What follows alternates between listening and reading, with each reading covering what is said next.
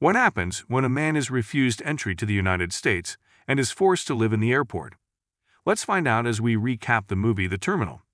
The movie is partly based, or you could say inspired, by the real-life story of Mehran Karimi Nassouri. The movie starts and we see an influx of passengers who have just arrived in America at the JFK airport. The passengers go through the customs to get their visa approved and make their stay into the country legal.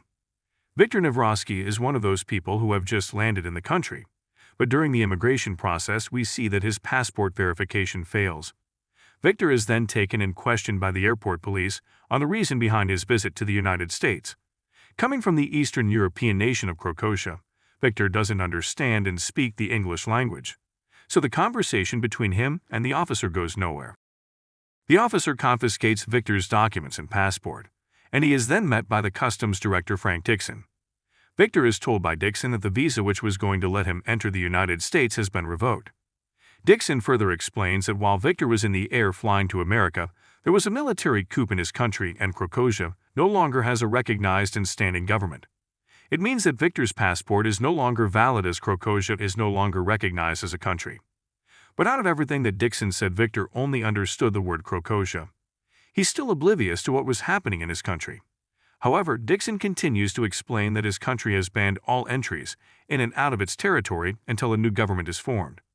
Viktor is now countryless, and he cannot go back to Croatia. And since he no longer has a valid visa and passport, he also can't enter the United States. Since he isn't allowed entry to either of the countries, Dixon says that Viktor is only allowed to stay in the International Travel Lounge of the JFK airport until everything in his country gets sorted out. Viktor shakes hands with Dixon without knowing anything. He's then taken to the International Transit Lounge and is given some food and call vouchers. Viktor is confused about what he's supposed to do, but he soon finds out about the seriousness of what was going on in his country. In the lounge, he sees news about the war going on in Croatia.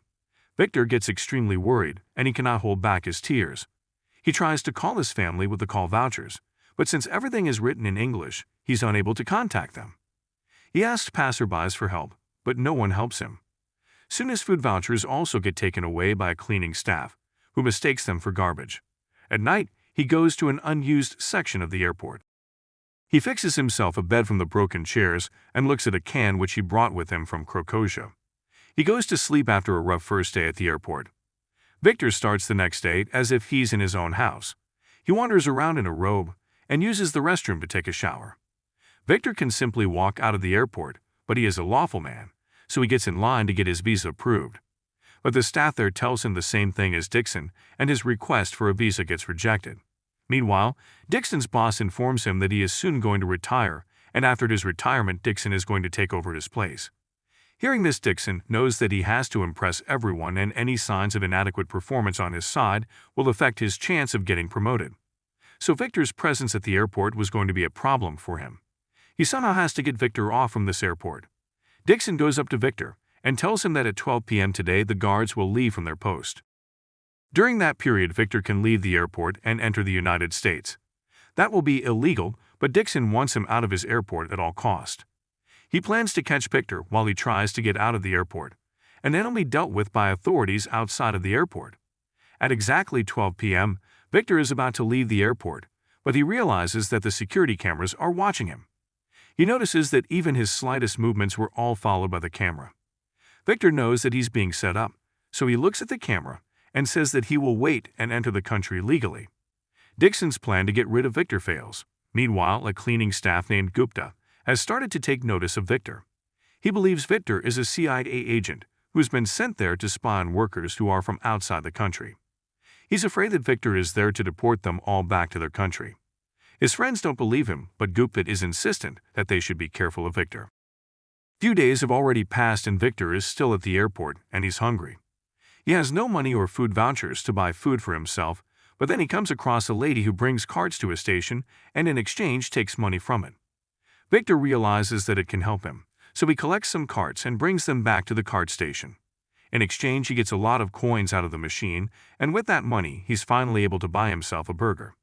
The airport officers are also left astonished by his cleverness. Viktor now brings as many cards as possible and gets more coins than before.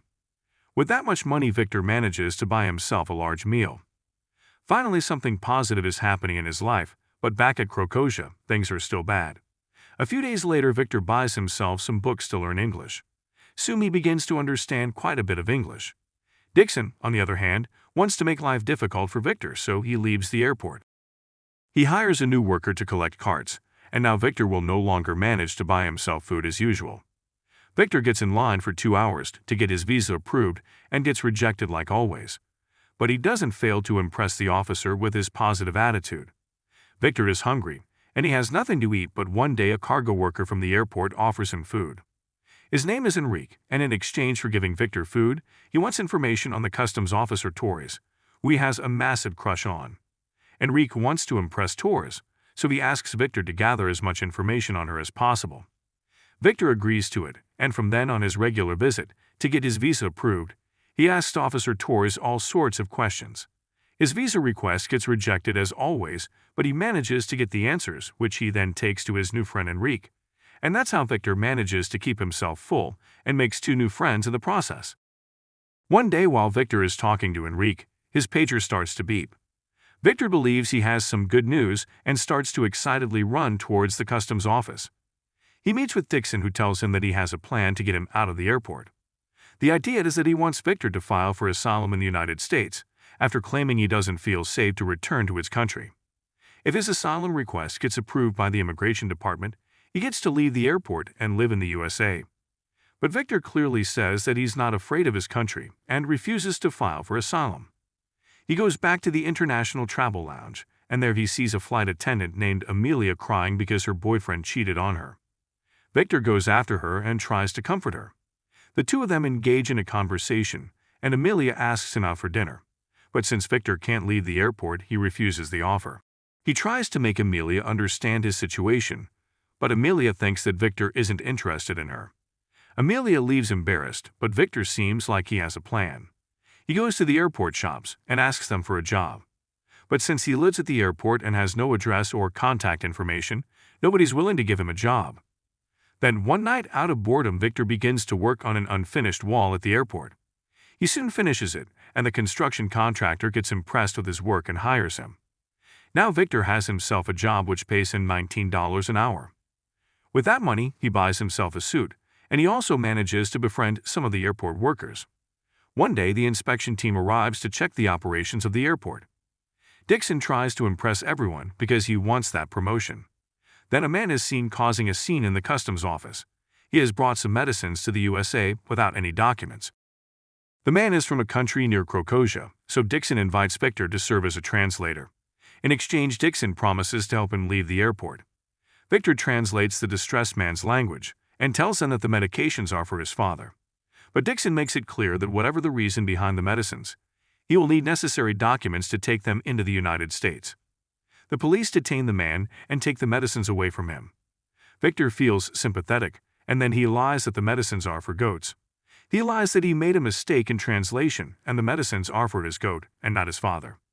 Dixon realizes what Victor's trying to do. Victor has been reading the forms at the airport, and he knows that medicines for animals don't require any documents. Dixon warns Victor that if he's trying to help that man, he will never help him leave the airport. But Victor insists that he made a mistake in the translation. The man then also lies that the medicine is for his goats. They have no option but to give the medicines back. Dixon finally snaps out at Victor and grabs him by the neck. Meanwhile, the inspectors see everything, and Dixon's chances of getting a promotion get very slim. Gupta tells everyone about what Victor did for the poor man. His act of generosity spreads all over the airport, and he gets the respect of everyone. He goes to Dixon to apologize for making him look bad, but Dixon isn't moved by anything. He asks Victor what's inside the can that he's always carrying with him. Victor replies that there is a promise inside that can. Dixon gets angry and says that as long as he's in charge of that airport, Victor will never leave from there. A few days later, Victor, with the help of his friends, meets Amelia and asks her out for dinner. Amelia accepts Victor's offer and goes out for dinner at the airport, where Victor's friends help create the atmosphere of a real restaurant. The 2 of them start to talk, and Amelia says that she's fed up with her life. She has spent most of her life going in and out of the airport and wants to live freely. Just then her pager starts to beep, and Victor says that he too is in some way stuck at the airport. The date is going very well, and at the end they plan to meet again in 13 days. Meanwhile, Victor has successfully managed to help Enrique. He and Torres have fallen in love with each other and have gotten married. Victor also starts to work on something that he plans to show to Amelia as a surprise. Soon the wait is over and Amelia is back at the airport, but she gets called by Dixon to his office. Since he has seen Victor with Amelia, he wants her to get information on Victor. He wants Amelia to find out what's inside that Kenny always carries with himself. Dixon reveals to her that Victor has been living at the airport for 9 months now. Hearing this, Amelia feels that she was lied to by Victor. She meets with him and says that she was going to break up with her boyfriend because she was starting to like him. She tries to get away from him, but Victor says that he wants to show her something. He takes her to the place where he was building something in the past weeks. He uncovers to show that he made a fountain with broken plates. He knew that Amelia was very fond of the history of Napoleon, so he built a fountain for her, just like how Napoleon had built one for his wife Josephine. To gain her trust back, Victor decides to show her what's in the can. He opens the can and takes out a picture of a jazz group. He says that his father was a very big fan of the jazz group and had written each of them a letter. After waiting for over 40 years, his father had managed to get signed autographs from the members of that jazz group. Amelia starts to get emotional, and Victor says that only one member was left who didn't send back any signed autographs to his father. That person's name is Benny Goldson, and unfortunately Victor's father died before adding his signature to his collection. But before his death, Victor promised to his father that he would get the signature of Benny Goldson and complete the collection for him. That's why Victor had come to America and was waiting to meet Benny Goldson to get his signature and keep the promise he made to his dying father. He says that he will wait no matter how long it takes for him to meet that person, and that he will also wait for Amelia because he loves her. Amelia is moved by Victor's selflessness and kisses him. One morning, Victor is woken up by his friends who tell him that the war is over in his country. Victor starts to celebrate with the people at the airport. Amelia also reaches there, and Victor very happily shows her that the war is over and now he is free to go back to his country. Amelia is very happy for him, and she has brought Victor a legal document which allows him to leave the airport for 1 day without the requirements of a visa. He can finally enter New York and get the signature of Benny Goldson for his father. But we soon find out that the papers were managed by Amelia's boyfriend, who is a very powerful government official. She didn't break up with him, and she plans to get back with him. But before going back to him, she wanted to help Victor, so she got her boyfriend to get the travel pass for Victor. Victor gets sad after finding out the truth. Later, he goes to Officer Torres and shows her the travel pass. Seeing the pass, Torres gets extremely happy for him, but she realizes the document needs to be signed by Dixon. Victor goes to his office and asks him for his signature on the document. But instead of signing it, Dixon gives Victor his passport back and tells him that he needs to leave America. Victor insists that he will leave for his country once he enters New York. But Dixon doesn't want to make it a happy ending for Victor. He blackmails Victor that if he doesn't return to Crocosia, his friends will lose their job and get deported back to their country. Without even a second of thought, Victor agrees to leave America and go back to Crocosia, all for the sake of his friends. His friends try to stop him, but he doesn't want to trouble them. Gupta, on the other hand, is mad at him for leaving after waiting for so long. He calls Victor a coward for not fighting against Dixon, but Victor leaves without telling him that he was doing all of this for them.